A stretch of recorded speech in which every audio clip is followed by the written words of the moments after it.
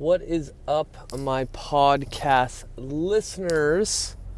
This is your host, Rafal Matuszewski, and it is Wednesday morning. It's cold, but I got my ass heater in my chair going, so we're gonna be okay.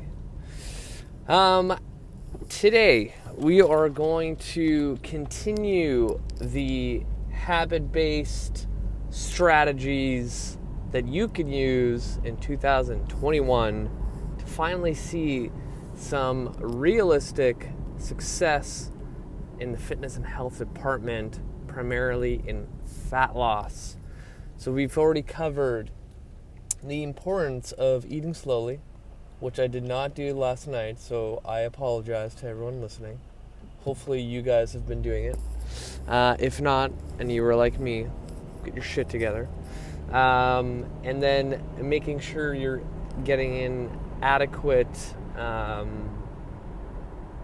sleep.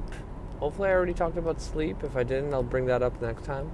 And also adequate protein and vegetables. What I want to go over today, and if I missed any of those things that I just mentioned, I will go back and review, because I don't want to skimp out on anything. But today we're going to talk about carbohydrate intake. And what I've seen work primarily the best for the general population, and it's a kind of a blanket statement, and I know there's so many other options out there when it comes to, how many carbs you should be eating. But from my own experience and what I've learned through precision nutrition, a more controlled carbohydrate intake tends to work best for the general population looking to lose fat. And here's why. Number one, we eat a shit ton of carbs. The average person, just a lot. And then the people who are trying to eat healthier, they still eat a shit ton of carbs. And going back to, my previous videos where I talk about the importance of adequate protein intake, this kind of falls hand in hand, because when I get someone to do a little, food diary of like, just show me what you eat in an average 3-4 days. And the typical is like, for breakfast I have oatmeal, blueberries, and a banana. And then lunch I have like some sort of sandwich and this thing, and then dinner. And I'm like, okay, but a lot of that is carbs, not a lot of protein, right? And I think we all have been in that situation where, you finish eating and you're like, I could probably still eat. And what do you go for? You go for carbs. And it's not I'm saying that carbs are bad. It's just the ones that we tend to choose and munch on are not the greatest. No one's gonna be like, I'm done eating, I can go for a little bit more. No one's gonna go grab a potato from the fridge that's obviously been cooked and eat that instead of like, this bag of crackers, this piece of bread, this leftover pasta. And the other thing too is that these carb choices that we usually end up going down with have more calories attached to them compared to lean protein and vegetables. So you're kind of doing yourself a disservice when it comes to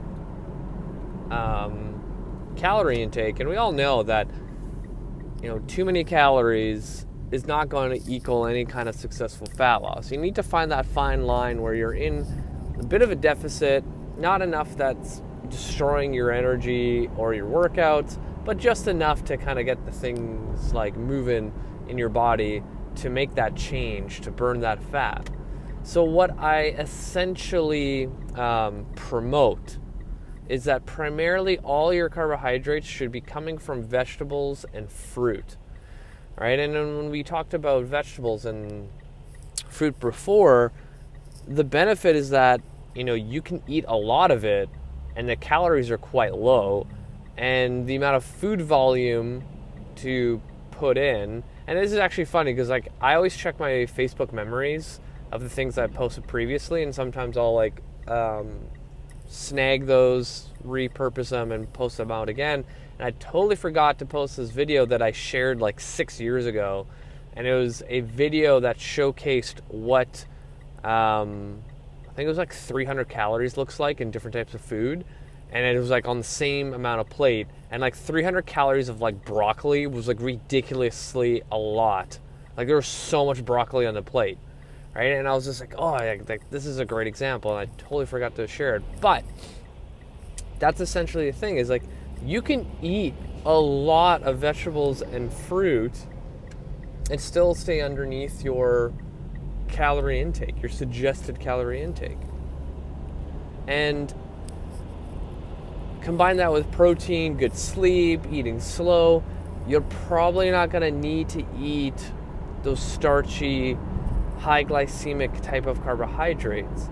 Now, when do I get people to actually eat those starchy carbs? Is usually, if I can get a client to this point, is to aim to have those post-workout. And usually this works out quite well if you're eating dinner around 7 or 8 p.m.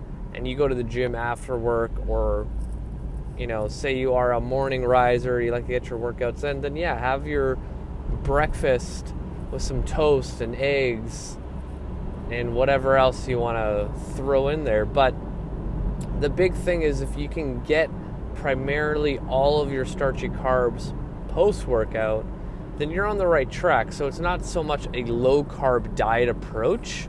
You're still getting a lot of carbohydrates, because it's one banana, for example, a medium-sized banana has 44 grams of carbs. That's already a lot. Blueberries also has high amounts of carbs. You're gonna feel satisfied when you eat foods like that, right? Oatmeal, same thing, high in carbohydrate.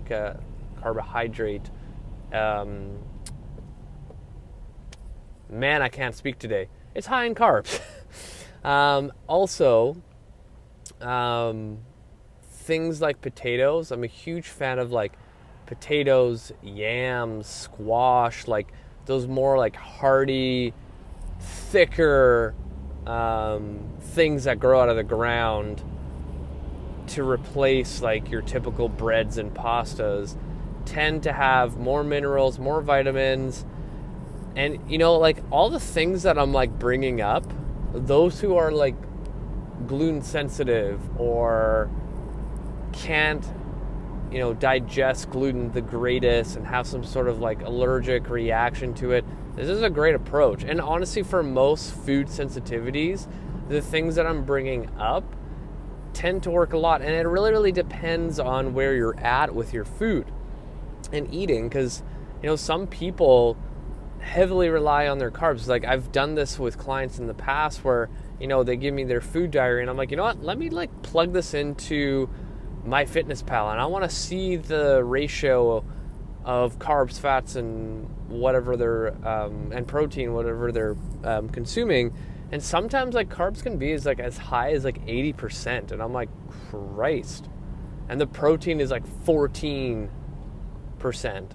I'm okay, well, we need to even this out a little bit. And this is the stuff that people don't realize. And I'm not a big fan of tracking calories per se, but it's a good way to learn and understand what's going in your body. I don't want people, tracking calories forever, but I want them to do it periodically. Say in a year, do it 4 times a year just to kind of check in with what the hell you're doing. Because sometimes having that information in front of you, and I like MyFitnessPal because when you showcase the chart where it gives you that pie chart of a percentage of your carbs, fats, and protein, that is eye-opening for a lot of people, where they're fuck, I ate 70% of carbs today and only 14% of protein. I don't know why I keep saying 14, but it's the one that's popping in my head. But that has a lot of power for an individual to realize, like, ah, shit, like, I need to, like, make sure tomorrow's a little bit better, right? So I highly recommend, like, everyone listening, like, go download MyFitnessPal. It's a free app, and track the next couple days. See what happens, you know?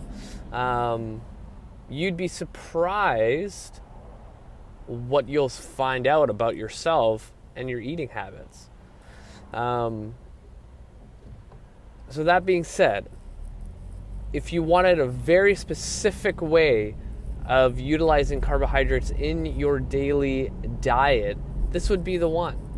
You know, like, we kind of started off with the most simplest ones, and this is where it gets a little bit more tedious, a little bit more specific, but this is the stuff that tends to help a lot of people kind of get to that next point. But it's like, just like anything, like, if you don't do this on a daily basis, if you don't put this into practice, and you don't do it for at least 3 months, you're not going to see the benefit.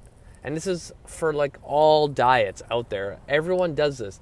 They're like, oh, I found this new diet, my friend did it, saw a lot of success, read about it online, seen YouTube videos of how amazing it is. And you start doing it, but, you know, you're only really committed the first week, the second week, you know, 3 out of the 5 days you didn't really do it. And then the next week was a little bit better. And then the next week you were, like, on a trip. And then by the first month you're like, this doesn't work for me.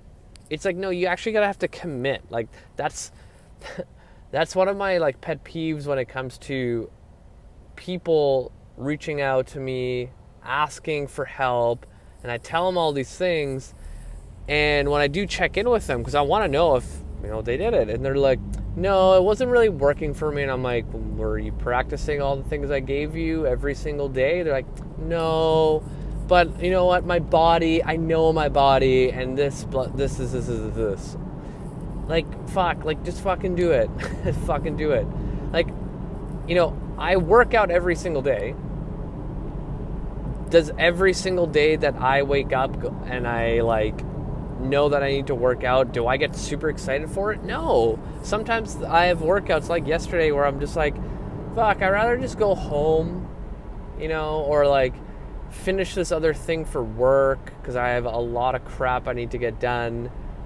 And then, like, I'll get into the gym, I'll start rolling, and I'm like, I really don't want to do this. I have low energy. Like, I have those days, you know, like, not every day is going to be perfect, but I show up and do the work. That's literally all you need to do, is just show up and go do it. You know, as long as you put yourself in the environment where you show up and, like, there's no other choice than, like, fuck, I might as well do it, then you're on the right path. You will be fine. And nutrition is no different, right? Like, if you know that meal prep is one of those things where you lack and suck at, you not doing meal prep this weekend, again, it's not going to help your cause. Like, set aside those 2 hours on the weekend to do it. Went on a little tangent and rant there, but that's okay. I'm going to end it there. If you guys have any questions, feel free to reach out. Add me on Facebook, add me on Instagram, hit those show notes to find those links. Give me a 5-star review on iTunes, Spotify, Stitcher Radio, and wherever else you listen to my podcast. Thank you guys for listening to me ramble. You guys fucking got this. Crush the day. I love you all. Until next time.